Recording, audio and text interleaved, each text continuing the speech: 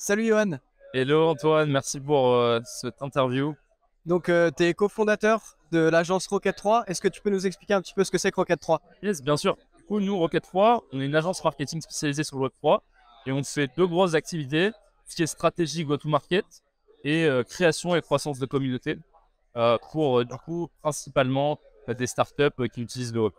Ok, d'accord. Aujourd'hui, vous avez combien de clients?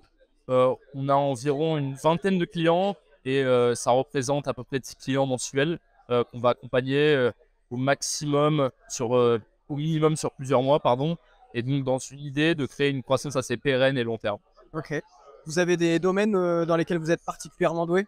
Alors, nous, notre vraie force et spécialité, c'est de pouvoir créer des funnels personnalisés pour nos clients, dans le sens où on peut utiliser à la fois les leviers du Web 2 et du Web 3 pour créer de la croissance marketing, dans le sens où on va faire à la fois de l'ads et de l'email marketing d'un côté Web 2, mais aussi des collabs, de l'influence et tout ce qui est crédibilité avec des médias, des newsletters, etc.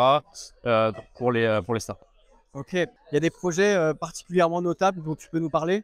Yes, bien sûr. Bah, je peux prendre l'exemple d'un de nos clients historiques, MetaFight, qui viennent de clôturer une levée de fonds et qui avance super bien. Donc, le pitch, c'est le même système que Sorar, mais pour le MMA. Donc, on a signé des fighters et ils ont sorti leur jeu sur Immutable X. Un super projet, belle croissance et plein de fighters. Donc, c'est très intéressant comme concept de jeu. Et après, on a une maison de joaillerie française, Courbet, Place Vendôme, qui va bientôt lancer sa collection aussi, ultra intéressant, parce que c'est des concepts où on va un peu deep autour de chaque homme est confronté dans sa vie au diamant, et donc il y a toute une histoire autour de ça, et l'utilisation des NFT qui est vraiment à la fois dans une thèse d'investissement, mais aussi pour du fun et pour apprendre.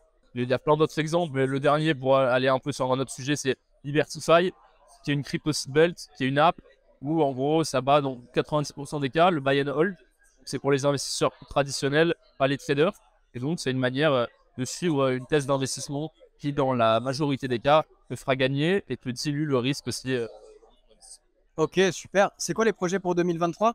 Les projets pour 2023, c'est plus de structure, plus de croissance, plus de médias et de content comme on fait maintenant. Nous, on a vraiment une vision assez écosystémique. On veut devenir les numéros 1 en France et en francophonie dans notre domaine. Et on tique vraiment tout ce qui est communauté. Ouais. Donc, que ce soit dans l'acquisition, l'activation et la rétention. Et donc, on veut vraiment aller de manière plus poussée dans ce sujet. Ouais, ça, c'est vraiment votre spécialité. Yeah, c'est ça. Pour nous, il y a eu la digitalisation et qui est toujours en train d'arriver pour certaines boîtes. Et nous, on est dans la communautarisation et avec beaucoup d'études de cas Web3 pour l'instant, parce que c'est l'un des secteurs qui allait le plus là-dedans. Et donc, dans ce désir de monter des projets autour des communautés. Mais je pense qu'on va réussir à l'exporter assez bien autour d'autres sujets dans les fintech, comme on l'a vu avec des boîtes comme Revolut, comme GitHub, qui ont monté des communautés ultra fortes autour de leur projet, qui créent des barrières à l'entrée très fortes et des revenus au final aussi plus intéressants sur le long terme. Ok, d'accord. Bah, merci beaucoup. On va passer aux huge questions. Alors, BTC ou ETH? Je dirais ETH, étant donné que la majorité des projets qu'on accompagne sont sur ETH, mais pour l'investissement, potentiellement BTC. Ok.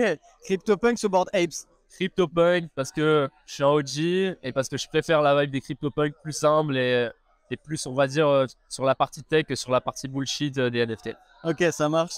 Coinbase ou Binance?